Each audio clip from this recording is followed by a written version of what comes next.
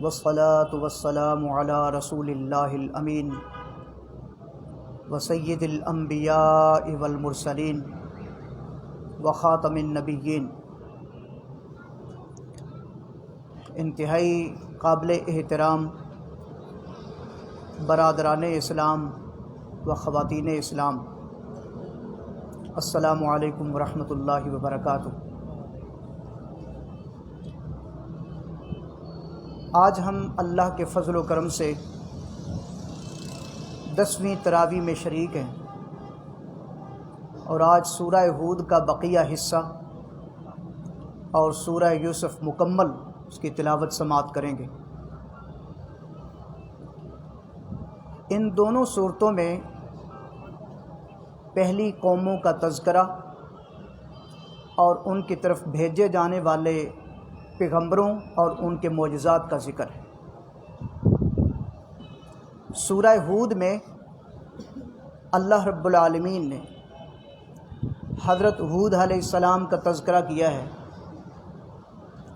کہ یہ قوم عاد کی طرف اللہ کے پیغمبر بن کر آئے اور انہیں اللہ کی طرف بلایا،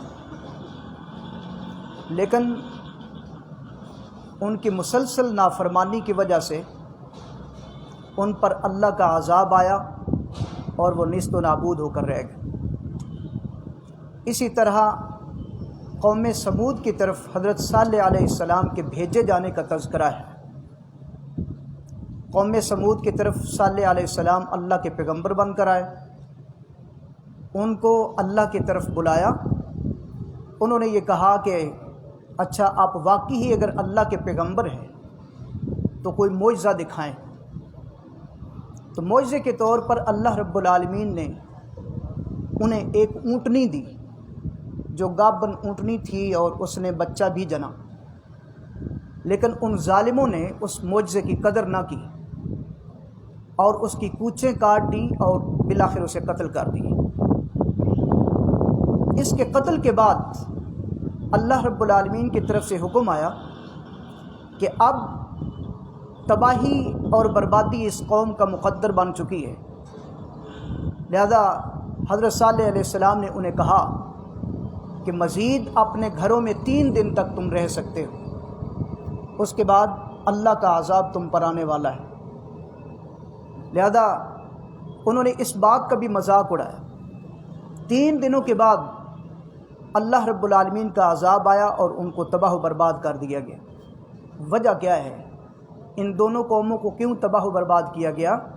اس وجہ سے کہ انہوں نے اپنے پیغمبر کی بات نہیں مانی، ان کی اطاعت نہیں کی، اللہ کی نافرمانی کی اور اللہ کے رسول کی بھی نافرمانی کی۔ اسی طرح حضرت ابراہیم علیہ السلام اور حضرت لوط علیہ السلام کا تذکرہ ہے۔ ابراہیم علیہ السلام چچا ہیں اور لوط علیہ السلام ان کے بھتیجے ہیں، دونوں ہی اللہ کے پیغمبر ہیں۔ جب لوط علیہ السلام کی قوم مسلسل نافرمان ہوئی اور ہم جنسی کا ارتکاب کرنے لگے، ہومو سیکشول، تو لوط علیہ السلام نے ان کو منع کیا اور کہا کہ اللہ نے جو تمہیں حکم دیا ہے ان قوم کی بیٹیوں کے ساتھ شادیاں کرو اور اس غلط بات کو اور بڑے گناہ کو چھوڑ دو، لیکن وہ اس بات سے باز نہ آئے۔ بالآخر اللہ رب العالمین نے عذاب کے فرشتے بھیجے جو پہلے ابراہیم علیہ السلام کے پاس آئے اور آدمیوں کی شکل میں آئے، تو حضرت ابراہیم علیہ السلام سمجھے کہ یہ مہمان ہیں، انہوں نے بھونا ہوا بچھڑا ان کے سامنے رکھا، لیکن جب انہوں نے تناول نہیں کیا تو ابراہیم علیہ السلام اس بات پر حیران ہوئے۔ پھر ان فرشتوں نے بتایا کہ ہم اللہ کی طرف سے عذاب کے فرشتے ہیں اور لوط علیہ السلام کی قوم کی تباہی کا حکم نامہ لے کر آئے ہیں۔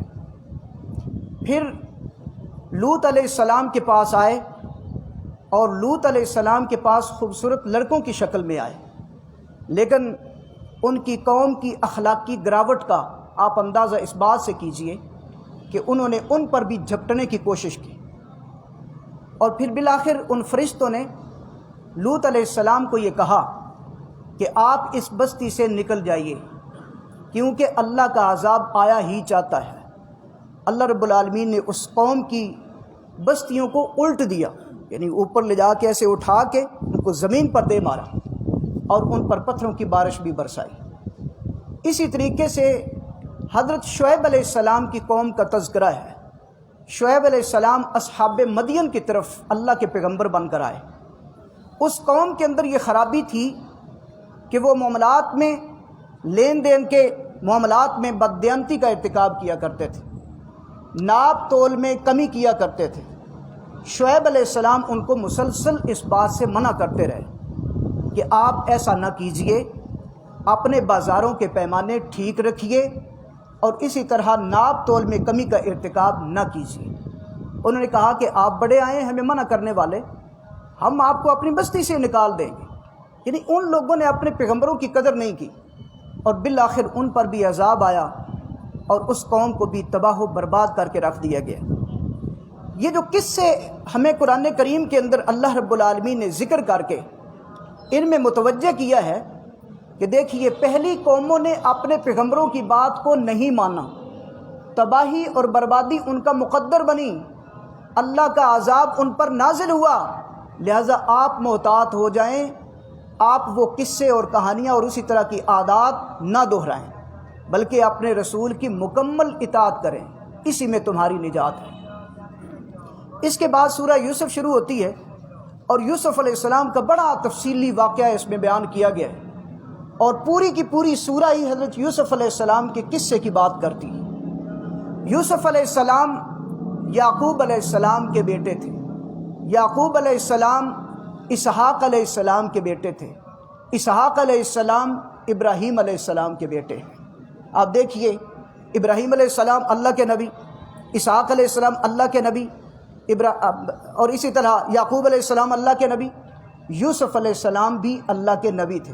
یعنی آپ دیکھیے یہ پورا سلسلہ نبوت ہے۔ اللہ رب العالمین نے ان کو اپنا پیغمبر پسند کیا اور پیغمبر منتخب کیا، بنا کر قوموں کی طرف بھیجا تاکہ وہ اللہ کا پیغام ان کو سنائیں۔ یوسف علیہ السلام سمیت یعقوب علیہ السلام کے 12 بیٹے تھے۔ بنیامین اور یوسف علیہ السلام یہ دو ایک ہی بیوی سے تھے، یعنی ان کی ماں ایک ہے، باقی بیٹوں کی جو مائیں ہیں وہ مختلف ہیں، اور 4 بیویاں تھیں یعقوب علیہ السلام کی، باقی 3 بیویوں سے باقی والے بیٹے ہیں۔ حضرت یعقوب علیہ السلام اپنے بیٹے یوسف علیہ السلام سے بہت زیادہ محبت کیا کرتے تھے، اور یہی وہ حسد اور اسی طرح جیلسی باقی بھائیوں کو کھاتی تھی۔ انہوں نے سازش کے ذریعے حضرت یوسف علیہ السلام کو ایک اندھے کنویں میں پھینک دیے تاکہ اپنے باپ کی توجہ حاصل کر سکیں۔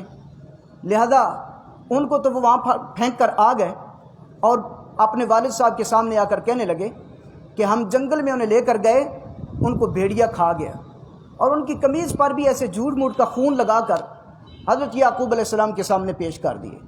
یعقوب علیہ السلام کو پتہ تو چل گیا کہ یہ جھوٹ بول رہے ہیں، لیکن پھر بھی انہوں نے کہا کہ فصبر جمیل، میں اس پر اللہ کے لیے صبر کرتا ہوں۔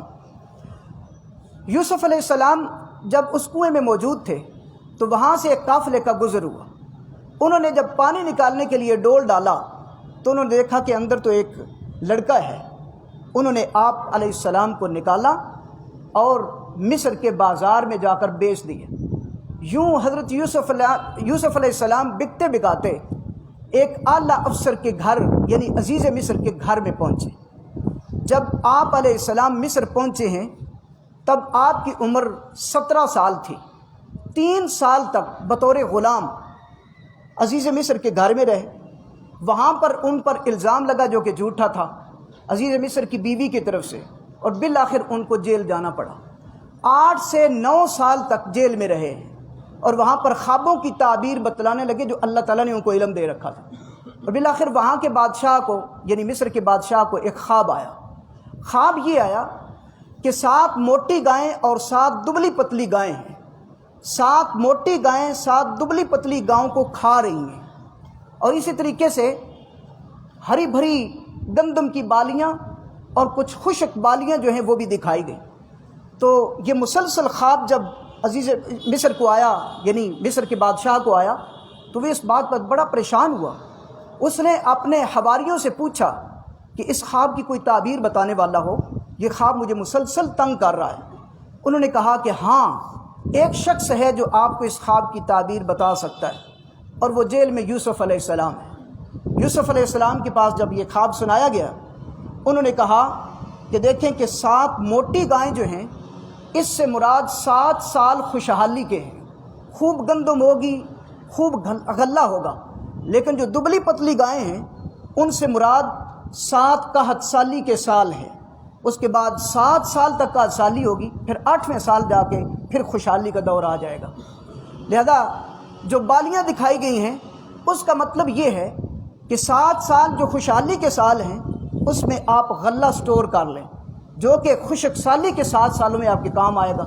یہ خواب کی تعبیر بادشاہ کو بڑی پسند آئی۔ اس نے کہا کہ ایسے جلیل القدر آدمی کو آپ نے جیل میں رکھا ہوا ہے، ان کو نکال کر لے آئے۔ جب نکال کر لے آئے تو اس نے آپ علیہ السلام کو زمین کے خزانوں کا وزیر بنا دی، یعنی وزیر خزانہ مصر بن گئے۔ اور آپ علیہ السلام کی حکمت عملی کہ آپ نے جو گندم ذخیرہ کی کہ آس پاس کہیں بھی کسی دوسرے ملک میں ان سالوں کے اندر گندم نہ ملی، جو آپ علیہ السلام نے ذخیرہ کی ہوئی تھی وہ مصر والوں اور اسی طرح آس پاس دیگر ممالک میں رہنے والے لوگوں کے بھی کام آئی۔ اور اس طریقے سے بالآخر حضرت یوسف علیہ السلام کو اللہ تعالیٰ نے عزیز مصر کے عہدے پر فائز کر دیے۔ اب دیکھیے، اس کے بعد جب کنعان کے رہنے والے یہ لوگ، باقی آپ کے جو بھائی ہیں، یہ جب غلہ لینے کے لیے وہاں پر گئے تو بالآخر ان کی جان پہچان حضرت یوسف علیہ السلام سے ہوئی۔ انہوں نے اپنے والد کو بھی بلایا، یعقوب علیہ السلام بھی وہاں پر پہنچے اور ان کا شاندار استقبال ہوا، اور بالآخر حضرت یوسف علیہ السلام کا وہ خواب جو انہوں نے اپنے والد کو سنایا تھا کہ 11 ستارے، سورج اور چاند مجھے سجدہ کرتے ہوئے دکھائی دیے، یہ اس کی آج عملی تعبیر ہے۔ اس طریقے سے حضرت یوسف علیہ السلام کو اللہ تعالیٰ نے بادشاہی کا مسند عطا فرمایا، اور ساتھ انہوں نے اپنے بھائیوں کو معاف بھی کر دیے، جنہوں نے اتنا بڑا ظلم کیا تھا، طرح طرح کے مظالم ان پر ڈائے تھے، تو انہوں نے اپنے بھائیوں کو معاف کر دیے۔ اب یہ ایک قصہ بیان کرنے کے بعد، حضرت یوسف علیہ السلام کی پوری تفصیلات بیان کرنے کے بعد، اللہ رب العالمین نے دراصل محمد مصطفیٰ صلی اللہ علیہ وسلم کو بڑا حوصلہ دیا ہے۔ اہل مکہ آپ کی برادری تھی، سارا آپ کا خاندان تھا، لیکن انہوں نے بھی آپ صلی اللہ علیہ وسلم پر طرح طرح کے مظالم ڈھائے، طرح طرح کی اذیتیں دیں، اور بالآخر آپ صلی اللہ علیہ وسلم کو اپنا گھر چھوڑنے پر مجبور کر دیے۔ اور جب مکہ فتح ہوا سن 8 ہجری میں، تو سارے اہل مکہ سامنے کھڑے ہیں، اور محمد مصطفیٰ صلی اللہ علیہ وسلم نے اس وقت یہی کلمات کہہ کر ان کو معاف کر دیا کہ آج میں تمہارے ساتھ وہی سلوک کروں گا جو حضرت یوسف علیہ السلام نے اپنے بھائیوں پر کیا تھا۔ لا تثریب علیکم اليوم انتم الطلقاء، آج تم سارے کے سارے آزاد ہو اور تم پر کسی قسم کی کوئی گرفت نہیں ہے۔ حالانکہ اس موقع پر اگر آپ صلی اللہ علیہ وسلم ان سے بدلہ لینا چاہتے تو بدلہ لے سکتے تھے، کیونکہ آپ فاتح کی حیثیت سے مکہ میں داخل ہوئے، لیکن آپ صلی اللہ علیہ وسلم نے عام معافی کا اعلان فرما دیے۔ اب یہ دیکھیے، یہاں پر غور کرنے کی بات ہے، ہمارے لیے کئی لیسنز ہیں کہ ہمارے ساتھ اگر کوئی بڑی بھی زیادتی کر بیٹھے تو بالآخر اسے معاف ہی کر دینا چاہیے۔ یہ معاف کرنا پیغمبرانہ شیوا ہے، یہ عادات ہمارے اندر منتقل ہونی چاہیے، اور پیغمبروں کی ان سنتوں پر عمل کرنا چاہیے۔ اللہ رب العالمین ہمیں قرآن مجید کا فہم حاصل فرمائے اور اس پر عمل کرنے کی توفیق عطا فرمائے۔